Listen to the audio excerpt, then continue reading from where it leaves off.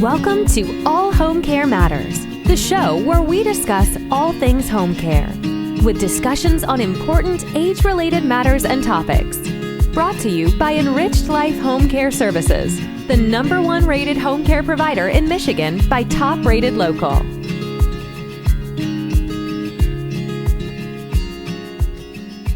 Hello, and welcome back to All Home Care Matters. If this is your first time visiting us here at the show, we want to say thank you for taking time out to be with us today. We appreciate how valuable everyone's time is, and that's why we try and make each episode here at All Home Care Matters something that will hopefully matter to you. Today, we are honored to welcome Cindy Weinstein, author and professor of English at Caltech. Cindy is the author of the book, Finding the Right Words. Welcome, Cindy. Thank you so much, Lance. It's great to be here. It's our pleasure. Cindy, you and I connected because you're also a part of All's Authors, and you wrote a remarkable book, Finding the Right Words, and it's a story of literature, grief, and the brain. And this was a story that you embarked on, given your, love and, background and education in English, that really tied into this story with your experience with your father and his advancement of dementia. Let's talk a little bit about the book and kind of the genesis of when you decided to bring this book to life. I had wanted to write a book honoring my father for many years. And it took me quite a while to figure out the structure I wanted for the book. And because I wanted to write the book with a neurologist, a clinician, a researcher, it took me quite a while to find the right person with whom to write the book. And so this book was decades in the making. My father was diagnosed in his mid-50s when I was in my mid-20s. So he had early onset Alzheimer's with what's called the logopenic variant, which means that word finding was one of the initial clinical presentations. And I, as a English literature student at Berkeley, was having this terrible synchronicity, which is, as I was becoming an expert in language, my father was losing words. And it was that sort of awful conjunction that I had been thinking about for a very, very long time and wanting to write about. And so I eventually, after quite a while, made my way to Bruce Miller, Dr. Bruce Miller at UCSF's Memory and Aging Center, and studied neurology in an interdisciplinary cohort from 2018-19. I had drafted a couple of chapters that Bruce read and liked. I told him my idea for the book, which was going to be kind of back and forth between me, daughter, lover of literature, Bruce, researcher, expert in neurology, as a way of helping readers understand the complexities of brain health and also the complexities of grief.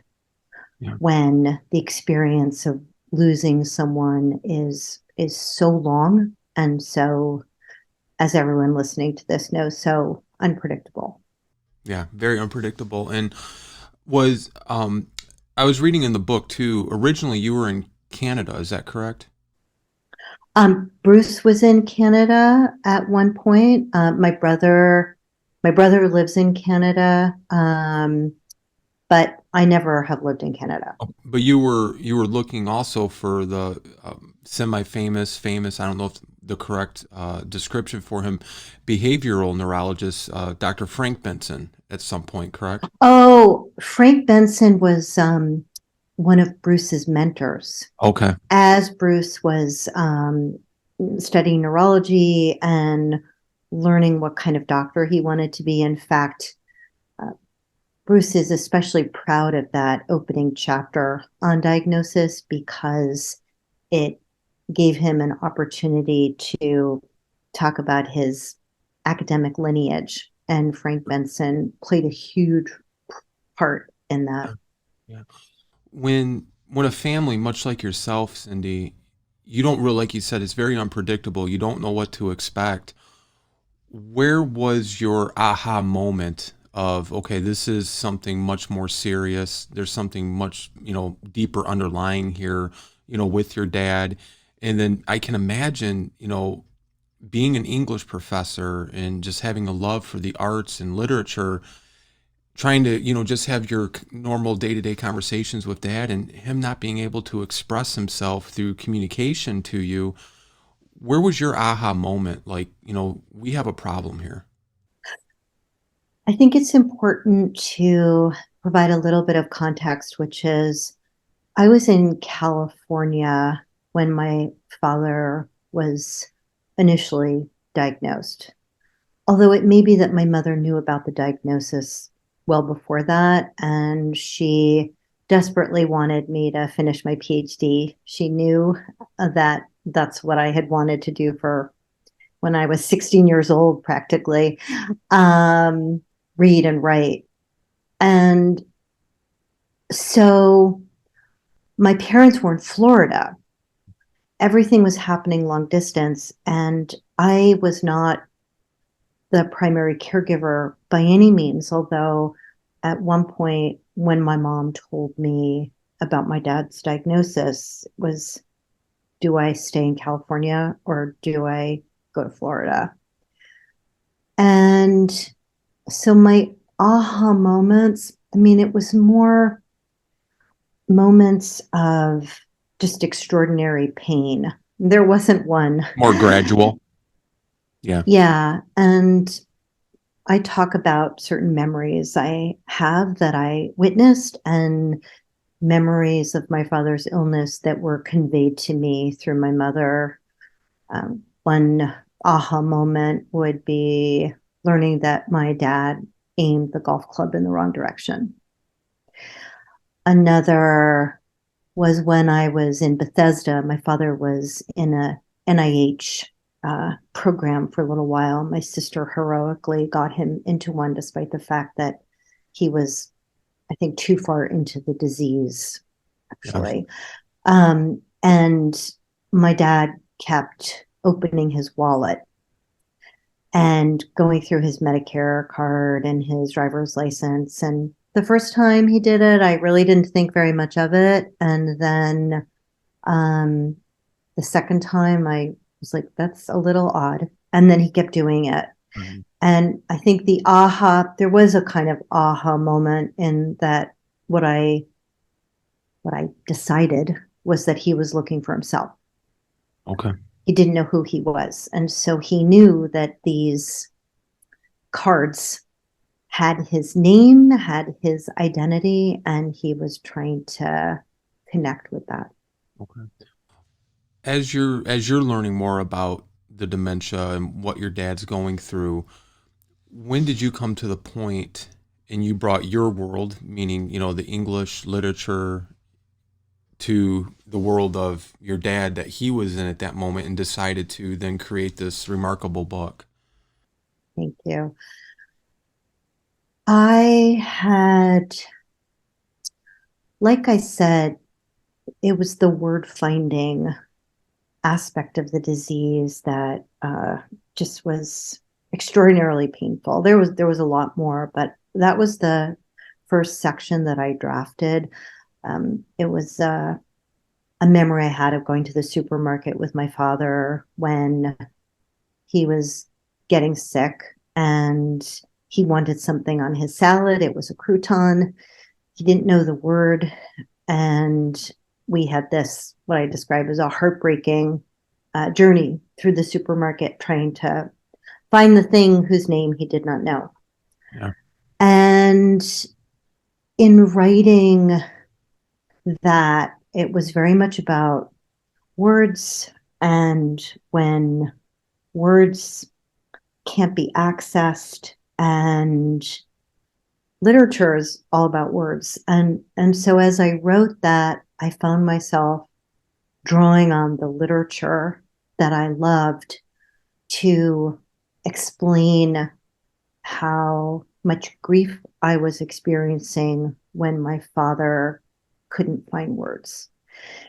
And so it was that chapter that was the first one that brought together my dad's cognitive decline in relation to my own cognitive, I don't know what I would want to call it, accumulation of words.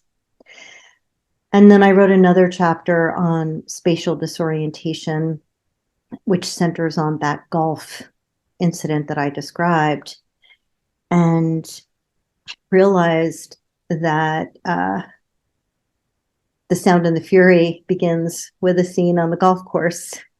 And it's just my go-to way of thinking about the world is through literature and character and plot. But being at Caltech, I knew that not everyone thinks about the world that way. They Sure. think about cells and all sorts of complicated science. And it was important for me to reach out to readers of all stripes, Yeah. to provide the kind of education, the kind of guidance that I thought Bruce would be really good at, to help readers who are going into the neurologist's office and are just presented with all these words they don't know: parietal lobe, aphasia. It's scary. Right. And I thought that Bruce would do an amazing job, which he did, of introducing readers to some of the terms that they would sadly encounter as their loved one or they themselves were going through dementia. What's some of the feedback that you've received from the book? That any that stand out or that you'd like to share? Two things. People have reached out to say how helpful the book has been, which is everything. Yeah. I know that that's what my father would have wanted, that his experience, awful, tragic, might be used to help other people. And so getting emails like that, it's just, it, like I said, it's just everything.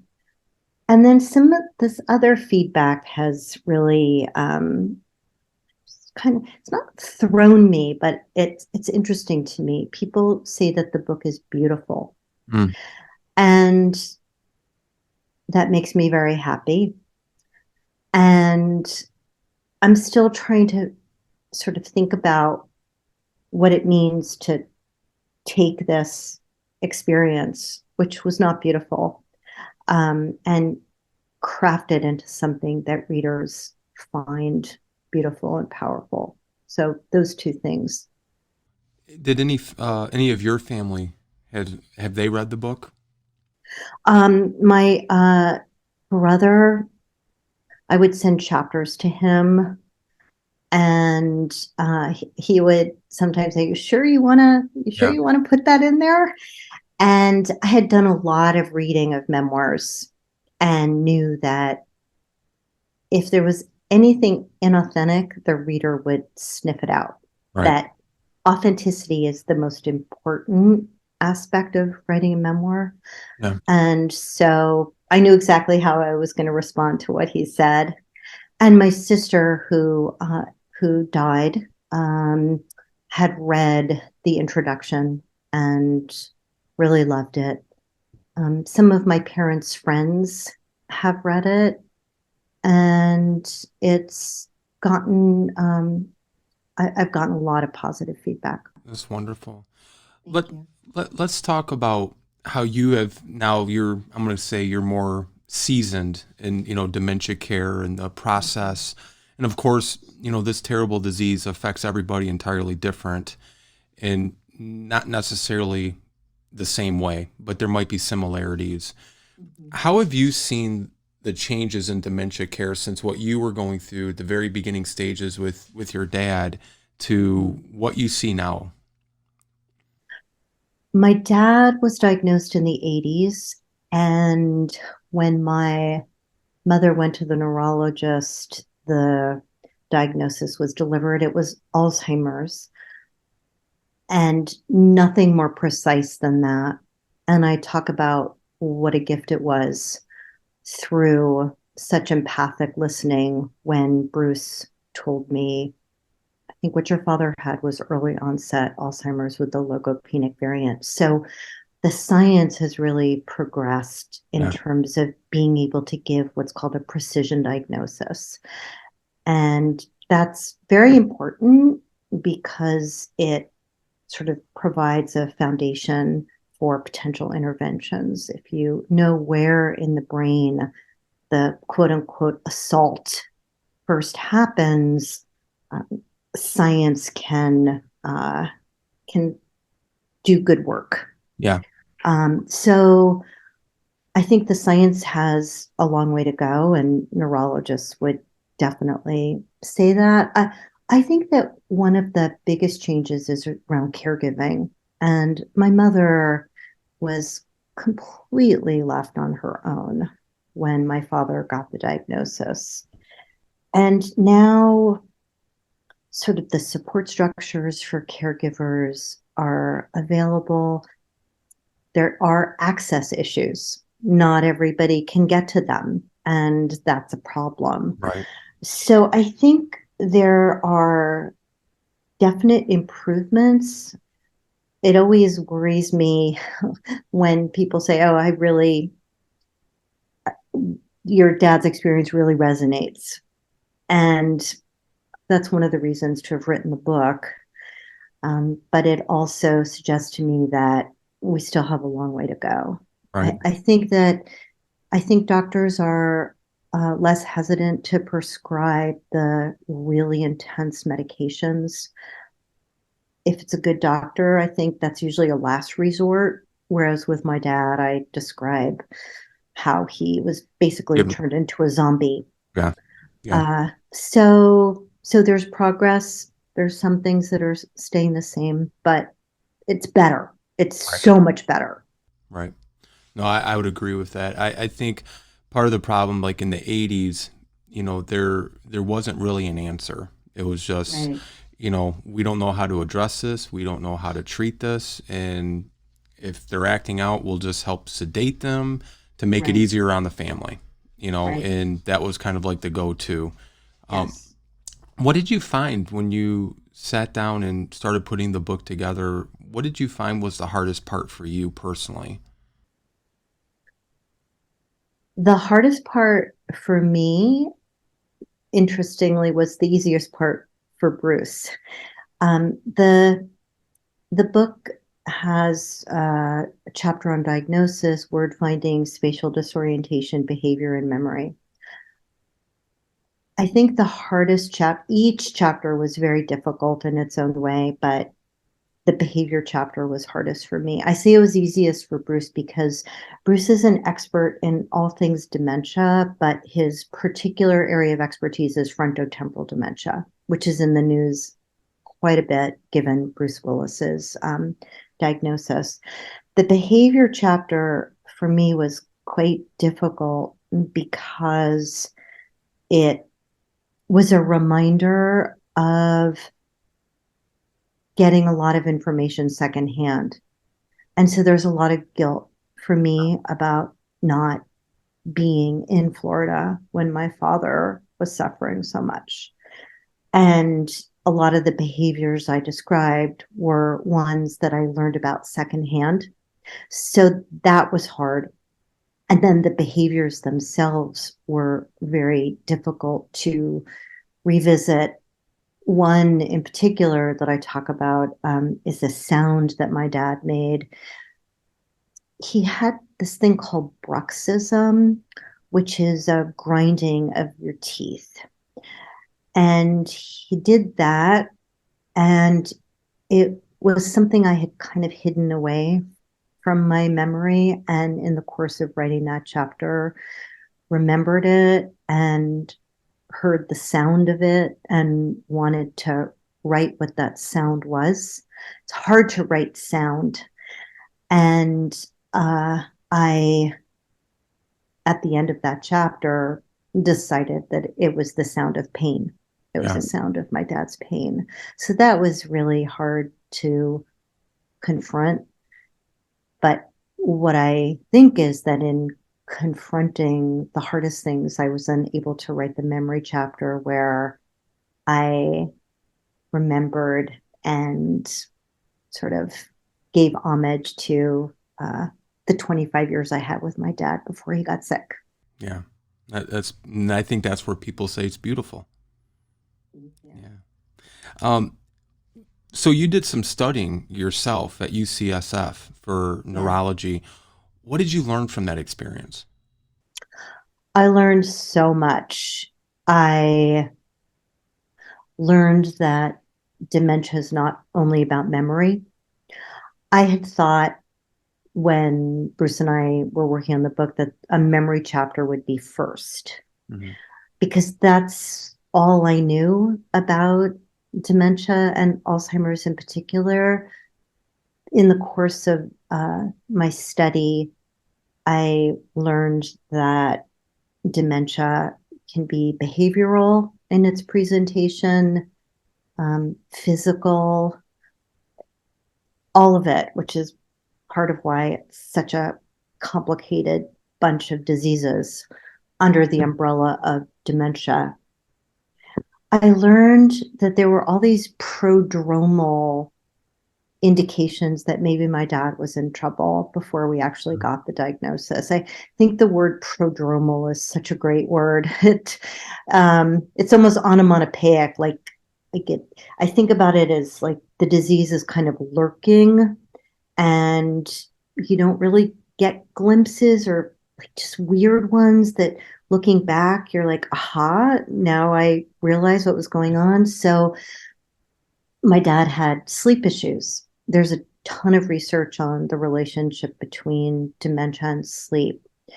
And so if you do have sleep issues, go to a sleep clinic, and maybe you have sleep apnea and you can address that. Right. My dad had hearing issues, and I remember one of the first stories I told Bruce at UCSF was my mother taking my father to a hearing doctor like decades before the diagnosis, and the hearing doctor saying, your husband's hearing is fine.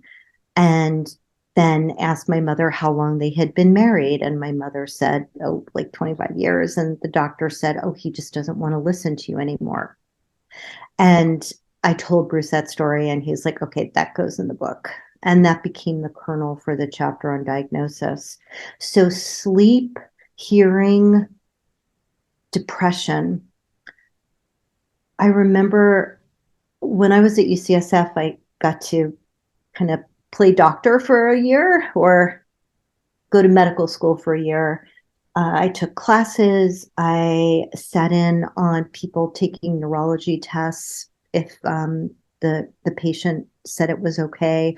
I sat in on genetic counseling discussions. It's extraordinary. And I would go to grand rounds where a doctor would talk about their research. And one grand rounds Bruce did, and he was talking about depression. He was talking about Parkinson's in particular, and he described the depression that goes along with Parkinson's as ferocious. Never, hopefully we'll never forget that. And one of the other things Bruce said was that depression isn't necessarily a response to dementia, but can be a sign of the dementia itself. Yeah. That mood is an indicator. And so if you're feeling depressed or a loved one is feeling depressed, get that checked. So I learned about those things. I learned about the mind-body connection. Lots of people at UCSF are on the Mediterranean diet. Okay. So the relationship between cognitive reserve and dementia. So how important it is to be educated, to read, that there's research to show that lack of education, living in an area that's highly polluted, all of these things have effects on the brain. I had no idea. Wow. And, that's going to follow up with this question. What do you wish people who have not encountered a loved one or have gone through caring for a loved one with dementia, what is it that you wish they knew or that they understood about the disease? That it's not contagious. That, in other words, the stigma Yeah. around the disease is just toxic. Yeah. And I glibly said it's not contagious. That being afraid of it is not helpful to anybody, and that the more you're afraid and isolate these people who may have been a really important part of your life, that contributes to the disease. Social isolation is terrible for dementia, and it's terrible for the caregiver. And so I would say, as frightening as it might be, if you can be empathic, Yeah. that makes a huge difference. Absolutely. And what about those people, Cindy? Because, going through this, whether it's, in your situation or a viewer's or a listener's situation, caring for somebody with dementia, it can sometimes take just as equally as much of a toll on that person providing the care as the person receiving the care. Right. Did you find any self-care activities or things that you did that helped with your situation that is kind of your go-to or that you would recommend to others try to practice or take part in? I really struggled, and the book is about that. Yeah. And what I did was, I don't think I'd recommend it. I have come to the conclusion most of the time that I did the best I could. Sure. And that is a very hard place to get to. I compartmentalized. It was just too painful. And I think, as hard as it is to feel what you are feeling, that's better than, as I describe, I kind of gave myself an anesthetic that lasted about 30 years. Wow. And then when it wore off, man, whoo. Yeah. So I think just letting yourself feel is crucial. If you like to write, keeping a journal, I think denial is a go-to strategy. Sometimes if you write it down, it exists. Yeah. It's there. It's on the page. And you can't pretend that it's not happening. And so I think that could be helpful. I joined a caregiver group a couple of years ago, which was incredibly valuable. Caregivers some often die before the loved one with dementia. That's true. Yeah. So if you are being really careful about taking your loved one with dementia to the doctor, like, you need to do that for yourself too. Yeah. And what I suggest to caregivers is, when you go to your doctor for a physical or what have you, there's usually a line where you can write other, and you need to tell the doctor you're a caregiver, because the emotional and physical toll that takes can be enormous, and your doctor needs to know you're doing it. Right. So Yeah. I would suggest that too. Well, and I know I was talking with somebody yesterday, and like we were discussing all of the different areas of a person's life that's affected when they are a family caregiver: emotional, physical, mental, and then another big one is the financial. Yes. It's remarkable the amount of money that family caregivers either lose as far as their income, or that they put out to buy the supplies or whatever it is, if they have to hire caregivers to come in to help. And there's just right now not enough support for the family caregivers. That is so true. You know, That is so true. I want to ask you just a couple more questions here. Now, I know you're a wonderful member of our good friends at All's Authors who are doing just remarkable work. And I mean, through Yes. podcast, articles, their website, you know, what other advocacy or reaching out have you done since your experience? I just got back from Colorado where I did a seminar with Dr. Mark Kessler at the Anschutz Medical Campus. He also has a master's in narrative medicine. And there were caregivers in the audience. We used the book as a departure point to talk about dementia. So I have done several presentations in health humanities spaces. I've gone to sometimes with Bruce, sometimes alone, Alzheimer's disease research centers. Okay. And I have started also going to senior residences and talking about what I've learned studying neurology for a year, what I've learned about caregiving. There are a lot of audiences for this book, some quite academic, some not. We wrote the book for everybody, for as many readers as we possibly could. And I find that each audience, it's a different experience. I've done several podcasts related to grief. And so just really trying to do as much outreach as I possibly can.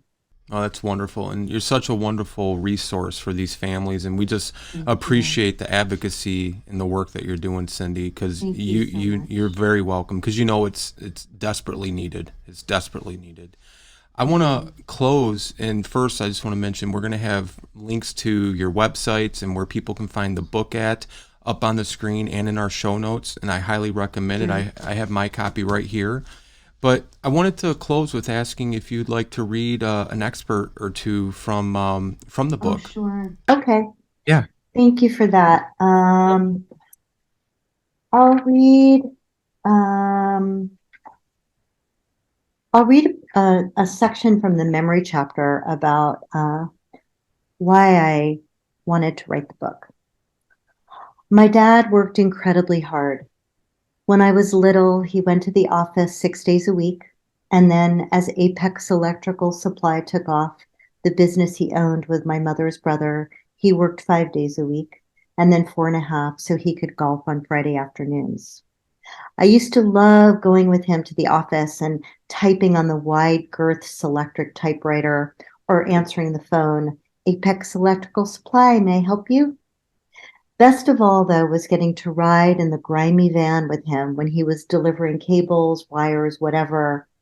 In those days, there weren't minivans or SUVs, so being in an elevated seat high up on the road counted as a novel experience, as fun. He liked to bowl and dance. His bowling day was Thursday, my mom's Monday. They liked to go dancing at the Meadowbrook Ballroom in Cedar Grove, the town next to Verona, New Jersey. At every bar or bat mitzvah, he would try to teach me how to dance. He liked Robert Goulet, who starred in a 1960s Broadway show called The Fantastics, and sang Dad's favorite song, which was Try to Remember. Talk about foreshadowing. He also loved The First Time Ever I Saw Your Face. He wasn't materialistic, but he loved his Movado watch, a birthday present from my mother, no numbers, black face, and a diamond where the 12 would have been. Here's more. He had an Aqua Dodge Dart, and he loved it because it lasted forever. Years later, he bought a Dodge Swinger, brown body, cream-colored roof, and hated it. That's when I first learned that the word lemon could be applied to cars. He also hated raisins, which upset my grandma Sarah because she liked to make rugelach, a bite-sized Jewish dessert, with them. He loved Grandma Sarah so much that when he went on a golfing vacation with some of his friends to Bermuda, he took time out of the short trip to visit her in Miami. I remember him saying how happy he was that he had done this because it was the last time he saw her before she died. Dad was like this. He took care of people. He made sure my brother knew how much he was loved, even while he was becoming a Buddhist. He made sure that my sister got a dog after my uncle retracted on a promise to give her one from his friend's litter. I think he bought Taka, our dog, and brought him home the day of my uncle's betrayal or the next. The first time I saw my father cry was when he came home from the veterinarian, having put down Taka, our beloved dog of 13 years. I don't think I ever saw him cry about having Alzheimer's, at least I don't remember, but maybe I'm blocking it out. He loved my mother so much that when he got sick, she loved him back with all she had. And he loved me in ways big and small, in ways that make it necessary for me to write this book for him.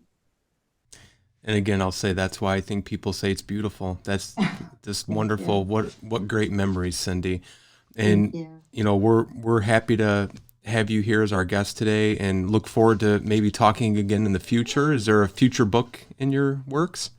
Well, there is a future book. It's on Edgar Allan Poe. I'm not sure that would quite work, but I have been talking to Bruce about writing another book. Wonderful. I'd really like to. Yeah. Well, we appreciate it, and keep us posted on any updates that you have, and you're always welcome back. Thank you, Lance. I really appreciate it, and thanks for all the work you do. It's our pleasure. Thank you, Cindy. Take care. Bye-bye.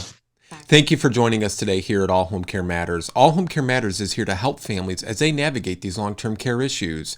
We invite you to visit us at allhomecarematters.com, where there's a private, secure, fillable form where you can give us feedback, show ideas, or if you have questions.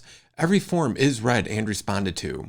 And remember, you can listen to the show on any of your favorite podcast streaming platforms or watch the show on our official YouTube channel. Just make sure to hit that subscribe button so that you never miss an episode. We'd also like to say thank you again to Cindy for joining us today to share her book, Finding the Right Words. We look forward to seeing you next time here at All Home Care Matters. Thank you for joining us today. We look forward to you joining us again on another episode of All Home Care Matters. To learn more about the show and to connect with us, visit us at allhomecarematters.com.